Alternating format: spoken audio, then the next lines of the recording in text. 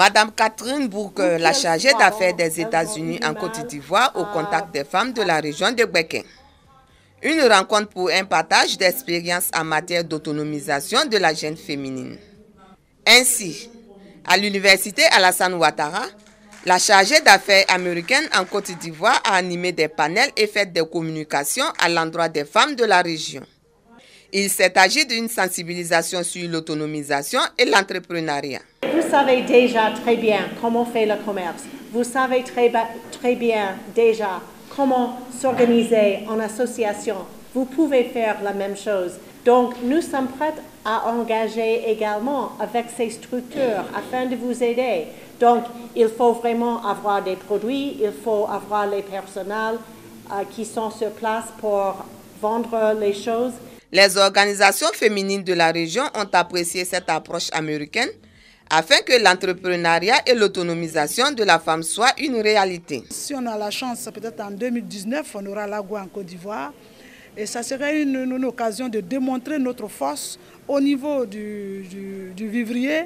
Les questions d'autonomisation de la femme sont d'abord son état d'esprit, comment elle-même elle se perçoit avant de parler de comment la société la perçoit.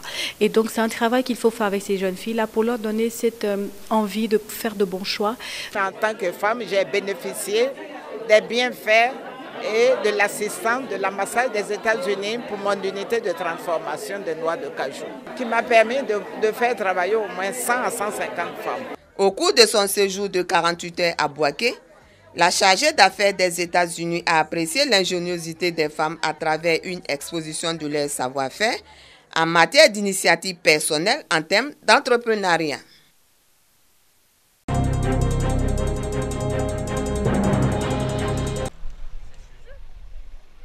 À Kamalo, localité dans le département de Séguéla, au nord-ouest de la Côte d'Ivoire, le sous-préfet en poste depuis 2017 n'avait aucun moyen de locomotion, une réalité harassante pour les populations. En attendant que l'État affecte le véhicule de fonction promis, le sous-préfet de Kamalo, Baba Bayo, peut avoir le sourire. Un véhicule de type 4x4 lui est offert. Ce don de Diomandé Vamissa, cadre de la région, va contribuer au rayonnement de la sous-préfecture puisqu'il va permettre à l'autorité préfectorale d'être plus proche de ses administrés. Le sous-préfet, avec les moyens de mobilité, peut facilement accéder aux populations pour lancer les différents messages de l'État et aussi contribuer à la cohésion sociale. À cela s'ajoute une dotation en carburant d'une valeur de 500 000 francs CFA offerte par Bassouman Kone, le doyen des cadres des 12 villages que compte la sous-préfecture de Kamalo, peuplée de près de 10 000 âmes.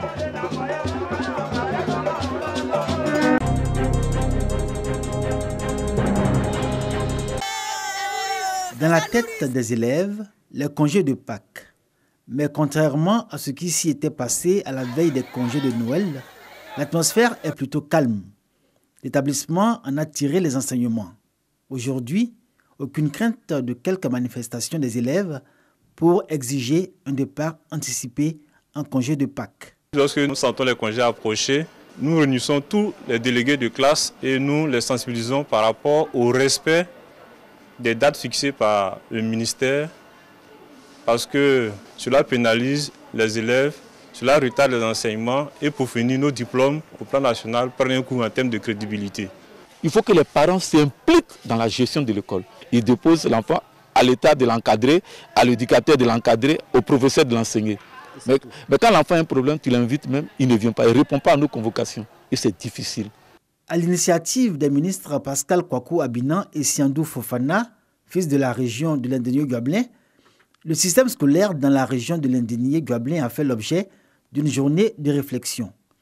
L'objectif était clair, ramener tout le corps social, et spécialement les acteurs et partenaires de l'école à leurs responsabilités. Ceux-ci poursuivent l'application des résolutions et recommandations du séminaire dans les différents établissements secondaires de la région. Ça doit être un partenariat à tous les niveaux, aussi bien au niveau de la famille comme de l'école. Et quand on regarde, les enfants passent plus de temps à l'école. Mais le petit temps qu'ils passent à la maison, est-ce que nous sommes disponibles?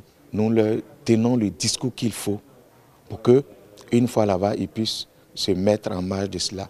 Et c'est un phénomène nouveau, hein. Avec l'effet des groupes, c'est compliqué.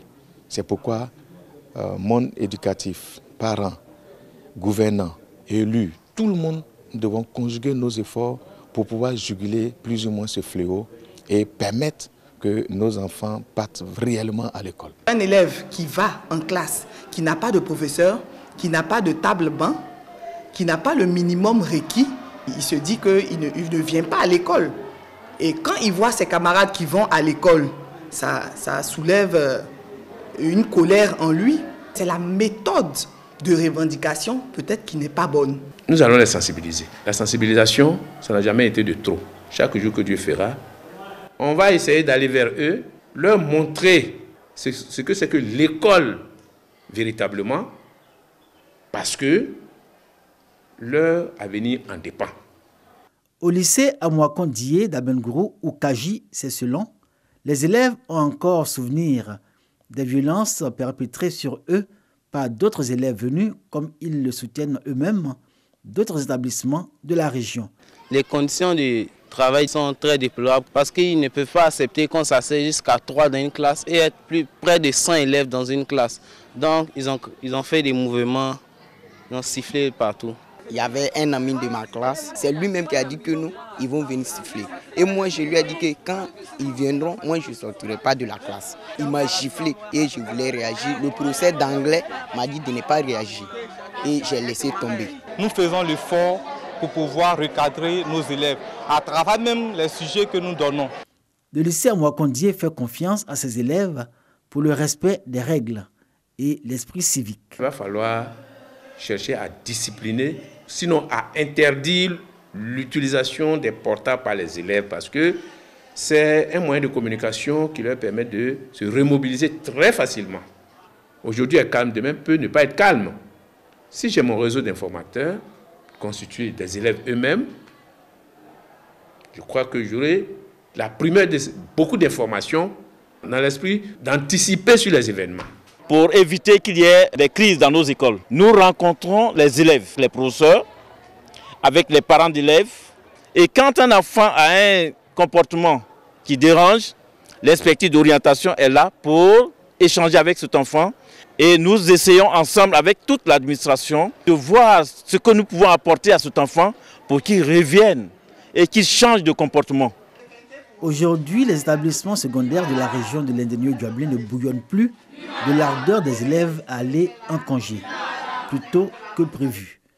Ils se sont résolus à attendre la date officielle fixée selon le calendrier de congé élaboré par le ministère de l'Éducation nationale. Une victoire en somme, encourageante déjà, pour les initiateurs de la journée de réflexion sur le système scolaire dans la région de l'Indenio-Guablé, et dont l'objectif est de redonner à l'école dans cette région toutes ses lettres de noblesse.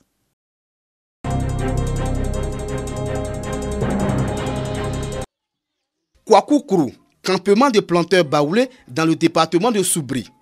Nguessan Kwakou Modeste sèche sa dernière production de cacao pour son retour au village pour les festivités de Pâques.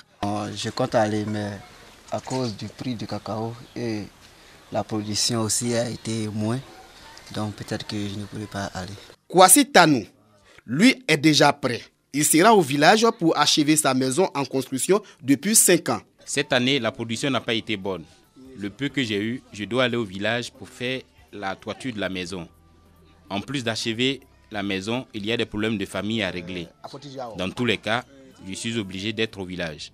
À 5 km de Kwakou-Kourou, dans un autre campement baoulé, Alamoua Jean est contraint de rester loin de ses parents pour ses retrouvailles annuelles. Je ne pourrais pas partir parce que le cacao n'a pas produit. Et puis le prix aussi n'a pas été ça. Donc je ne peux pas aller au village cette année. Bon, au village aussi, je compte sur la NACAD aussi. La NACAD n'a pas produit, donc je préfère rester ici. Pas question de s'endetter pour venir au village pour les uns. Pour les autres, la Pâques constitue le seul moment de retrouvailles. Donc inutile de rater ce rendez-vous annuel. Chaque année, je vais au village. Mais cette année, ce n'est pas possible. La production n'a pas été bonne. Si je dois y aller, je suis obligé de prendre un crédit. Comme je ne veux pas m'endetter, je reste ici avec certains frères pour surveiller le campement. Quand je vais au village, j'ai des avantages. Je vais pour voir un peu quelles sont les réalisations des villageois pour me ressourcer, pour venir et braver encore, pour travailler pour que demain je devienne comme eux. J'ai des parents, il y a longtemps on ne s'est pas vu. Mais au temps de Pâques là, on a le temps pour aller se réunir. Il y a les réunions de la famille. On va le faire. Dans les campements visités, les préparatifs au retour au bercail vont bon train. Les provisions pour le séjour au village sont en train d'être mises en sac. Pour éviter les longues attentes dans les gares, les planteurs s'activent à quitter les campements le plus tôt possible.